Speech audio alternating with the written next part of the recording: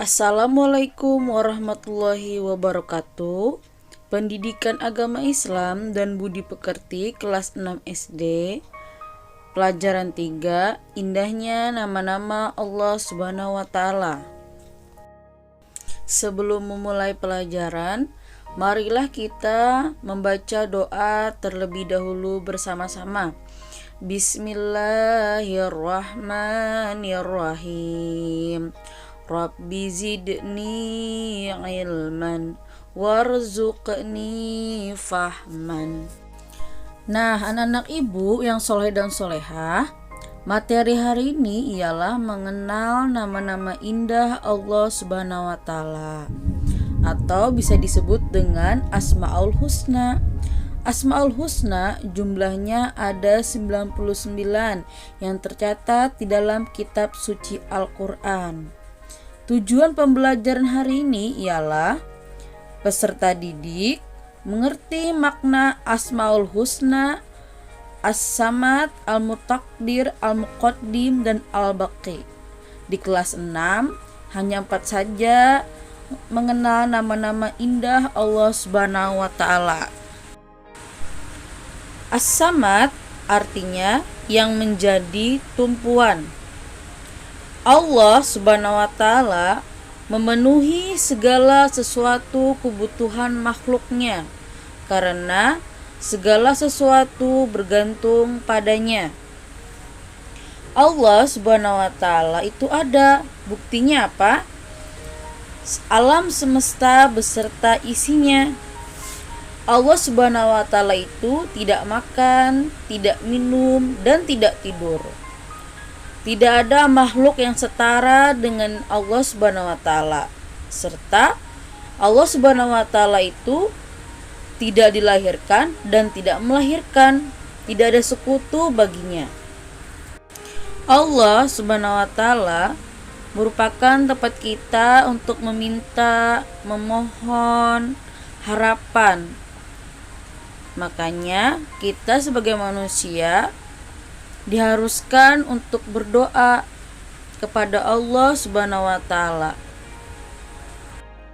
Meneladani sifat As-Samad. Yang pertama, meningkatkan diri untuk selalu maju dan berkembang. Maksudnya, kita sebagai umat muslim harus selalu mengasah diri, mempertajam ilmu, rajin belajar, dan selalu berpikir positif dalam segala hal agar termotivasi untuk selalu berkembang menjadi orang yang hebat.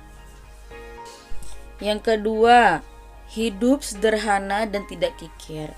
Kita sebagai umat muslim harus hidup tidak boros dan tidak pelit, karena rezeki dan harta yang telah diberikan oleh Allah Subhanahu wa taala itu harus dipergunakan dengan hal-hal yang positif. Contohnya seperti berinfak, bersedekah terhadap fakir miskin, berzakat, serta menyantunin anak yatim piatu, dan masih banyak hal lagi ya. Yang ketiga, suka menolong orang lain.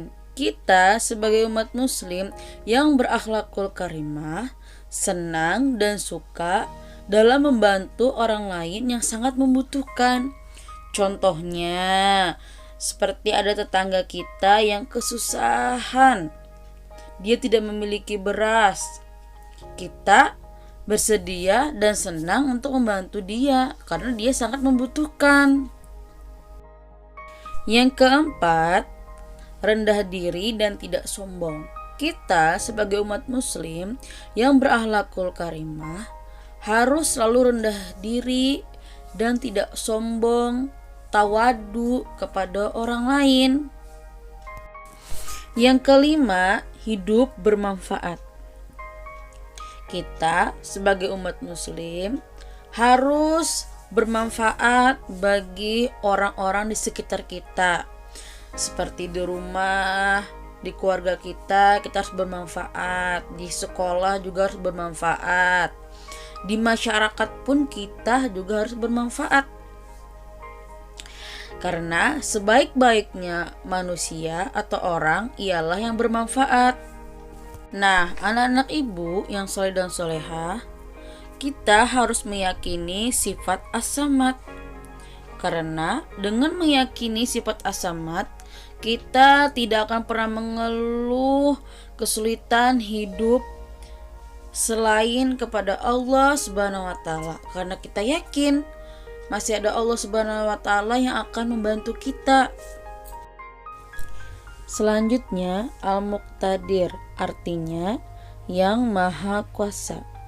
Allah Subhanahu wa taala berkuasa menjatuhkan atau memberikan sanksi dan berkuasa melimpahkan rahmat bagi yang dikehendakinya.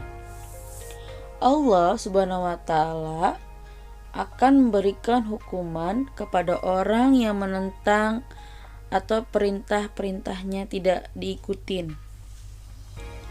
Tetapi Allah Subhanahu wa taala juga memberikan cintanya kepada orang-orang yang taat dan patuh terhadap perintahnya. Meneladani sifat Al-Muqtadir. Yang pertama, tidak malu. Kita sebagai umat muslim tidak boleh malu untuk bertanya dalam hal-hal kebaikan. Contohnya, kita dalam belajar di dalam kelas tidak mengerti dengan materi atau soal yang telah diberikan oleh guru, kita wajib untuk bertanya dan jangan ada sikap malu untuk bertanya kepada yang lebih paham. Yang kedua, semangat belajar. Kita sebagai siswa-siswi yang baik, yang berakhlakul karimah, harus memotivasi diri untuk semangat belajar. Tujuannya apa? Agar kita menjadi orang yang sukses di kemudian hari. Yang ketiga, disiplin. Kita sebagai umat muslim atau siswa harus disiplin dalam mempergunakan waktu, memanfaatkan waktu. Kalau ingin sukses dan maju, kita harus memanfaatkan waktu dengan sebaik-baiknya. Seperti belajar yang rajin, jangan terlalu banyak main, apalagi main game. Yang keempat, meningkatkan kualitas diri. Kita sebagai siswa-siswi harus disiplin dengan waktu, dengan cara rajin belajar, rajin beribadah seperti sholat, rajin mengaji. Karena apa? Tujuannya untuk meningkatkan kualitas diri kita agar menjadi manusia yang berakhlakul karimah serta bermanfaat bagi orang di sekitar kita. Yang kelima, tidak merasa cukup. Kita sebagai siswa yang berakhlakul karimah harus rajin memanfaatkan waktu, meningkatkan kualitas diri agar menjadi makhluk yang bermanfaat. Caranya dengan rajin belajar dan beribadah. Nah, apalagi kalian sudah di kelas 6 ini. Kalau bisa setelah lulus kelas 6, kalian melanjutkan lagi ke tingkat SMP, SMA, serta ke perguruan tinggi. Al-Muqaddim artinya yang maha mendahulukan. Allah Subhanahu wa taala selalu mendahulukan petunjuk sebelum peringatannya. Serta Allah Subhanahu wa taala juga mendahulukan peringatan sebelum siksaannya. Allah Subhanahu wa taala mendahulukan kabar adanya kematian sebelum hamba-hambanya menghadapi kematian. Berarti kita sebagai umat muslim hendaknya selalu disiplin dalam menjalankan perintah dan ketaatan kepada Allah Subhanahu wa taala.